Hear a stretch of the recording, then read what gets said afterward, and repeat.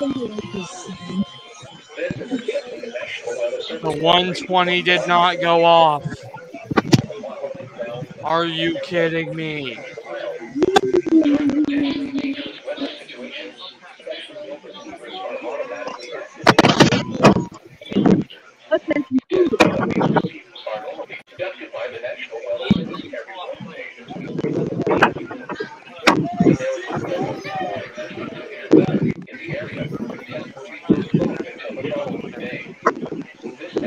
Sucks that it failed. Oh my god. Youngstown, guess what?